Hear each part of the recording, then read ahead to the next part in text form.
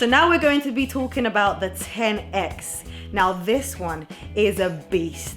The reason why I say it's a beast, because I tried to ride it, my cheeks were going like this.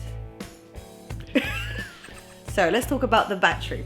The battery on the Neo 10X is a 52 volts, 18.2 amps battery. So you would be getting a really good range. Range-wise, you're thinking about 43 miles, no more than that. Again, it depends on how much weight you put on the scooter.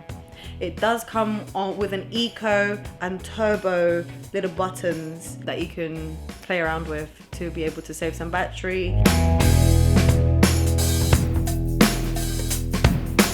The 10X does about 40 miles per hour. Again, depends on how much weight you put on the scooter. With me, it does about 45 miles per hour. I do fly in it. It's quite scary, but it's very fun. If you like speed, it's very, very fun. The max load on the scooter is about 120 kilos as our previous ones. The weight of it now, the weight is about 34 kilos. So it is quite heavy, guys. All right, make sure you remember that. It comes with 10-inch tires.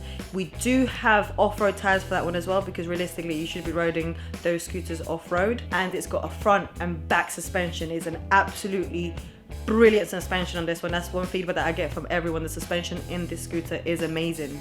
Absolutely amazing. Its charging time, it's about 10 hours. Roughly about 10 hours. It does come with 2 charging ports. So what you can do is get 2 chargers and charge them both at the same time. So that means it will, instead of 10 hours, it would be about 5 hours charging, or even less sometimes. It comes with an LCD screen as well as our previous ones, but also it also comes with an ignition key. So you do need a key to be able to turn it on and off, but it also has the settings on the LCD screen that you can change it from 1 to 3, 1 being the slowest, 3 being the fastest.